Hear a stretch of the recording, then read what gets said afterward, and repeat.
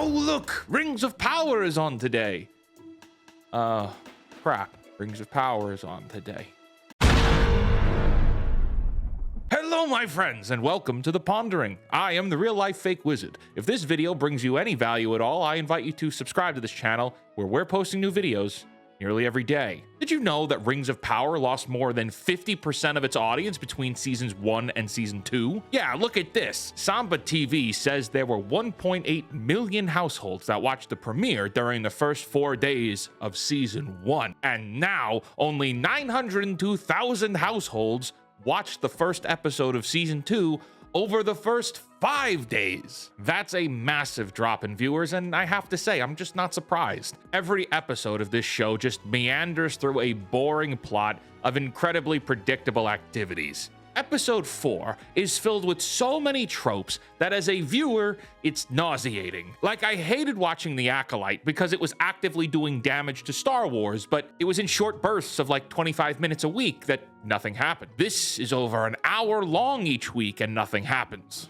Well, let's not waste any time. Let's talk about what happened in Rings of Power Episode 4. If Baggins loses, we eats it whole.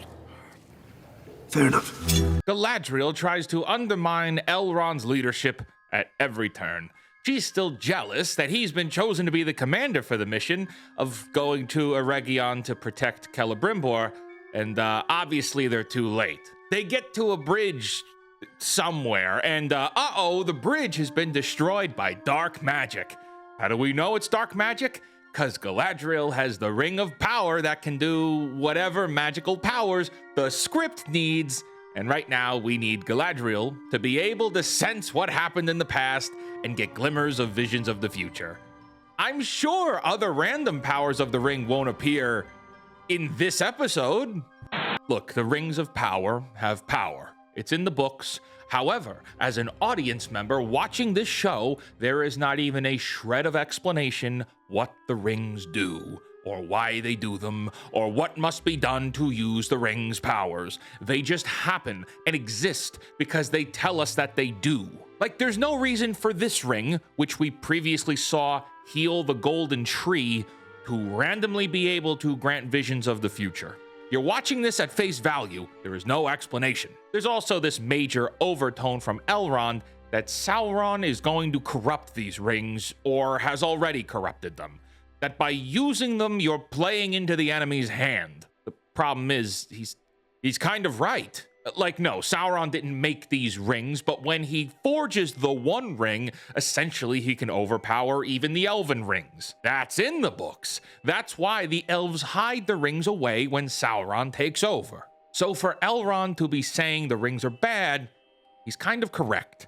The problem is, I have no faith in the show to follow through on this. The entire premise of this show is that Galadriel's pride and arrogance continues to endanger the entire world. But the show doesn't want you to believe that. The show 1000% believes and wants you to believe that girl boss Galadriel can do no wrong. Everything from the first episode of Season 1 to today is Galadriel putting people in danger because much stronger than you, or much smarter than you. Firstly, it's not believable. Secondly, she's wrong with nearly every decision she makes. But the show wants you to believe she's right. Look, Amazon, this is your show. You've set the foundation of what we're supposed to believe. But anytime there are white dudes or white elves, they're incompetent and/or cannon fodder. Arondir is a badass who could take down whole battalions on his own. Galadriel can tank entire armies on her own. But the elven company of men and women she's with are afraid of a patrol of orcs in the night on their own soil? How are we supposed to believe one thing and the other when they don't make sense together?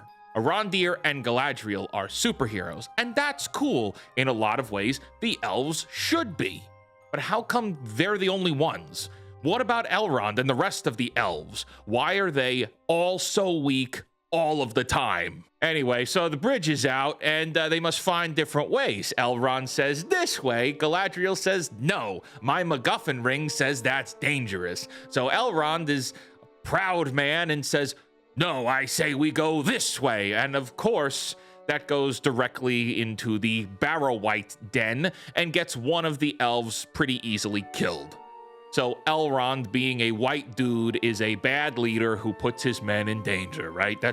Is that the takeaway? That's supposed to be the takeaway, I guess.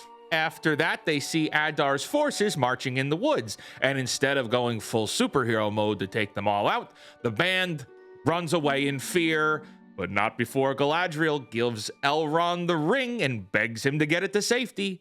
She then goes Supergirl boss mode and takes a bunch of orcs down before Adar stops her. That's the elves' entire entry this episode. Cutting to the Istar and the not hobbits. Nori and Poppy find the stores, which in this context is just another proto-hobbit that they do have the rights to the name of, and we get this legend of the Harfoots and the traveling Harfoot cult that abandons loved ones like their Tic Tacs is actually a lost tribe of Stores who had gone looking for the Shire, I guess. It's the Shire. I don't hate this. Like, yes, I'd have preferred we didn't have the cult like Harfoots to begin with, but I don't hate this idea as being the framework for the Shire. There are worse things to complain about in the Rings of Power, like this guy's wig. That's pretty bad. Then we go to the Istar himself, who meets Tom Bombadil, who is not nearly like Tom Bombadil you'd have expected. This is Tom Bombadil if Tom Bombadil was some kind of youth pastor from New Jersey. Like, I don't see it. Put it this way. In the books, when Tom Bombadil interacts with Frodo and the hobbits, it's believed that Tom Bombadil only helps them in that instance and not through the rest of the story because he already knows that Frodo would reach Mount Doom and win without him. So he only intervened in that moment to help for fun. Oh, and for those who don't know, Tom Bombadil is believed to be an iteration of God in this world. We don't know if that's true or not, but when the Council of Elrond is trying to figure out who to give the ring to, they choose not to give it to Tom Bombadil for fear he might forget he has it. Like, that's who this guy should be, and in this show, he's like a quest giver with a big exclamation mark over his head. He seems far too committed and ready to give up lore details than he should be. Anyway, the Istar, not Gandalf, is prophesied to fight not only Sauron, but also the Dark Wizard, who is also a fallen Istar. So that's a lot more lore breaking if we didn't have enough already. They're still playing on this mystery box of who the Istar is, but I just don't care anymore. And I'm pretty sure no one else does either. You have to give us a reason to care for a mystery box to work, and they just didn't here. Like, not even a little bit. So that's pretty much it for all the important... wait. No, there's more. Arondir figures out that Estrid is one of Adar's men.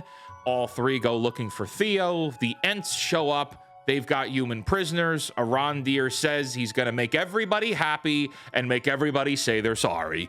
And then Isildur gets cucked by Estrid's betrothed and walks off to start an emo punk rock band. This whole love triangle thing feels like Pretty Little Liars 90210 Vampire Diaries shit. And it doesn't feel anything like Tolkien, even a little. And I don't get it, nor do I want it, nor do I want to understand.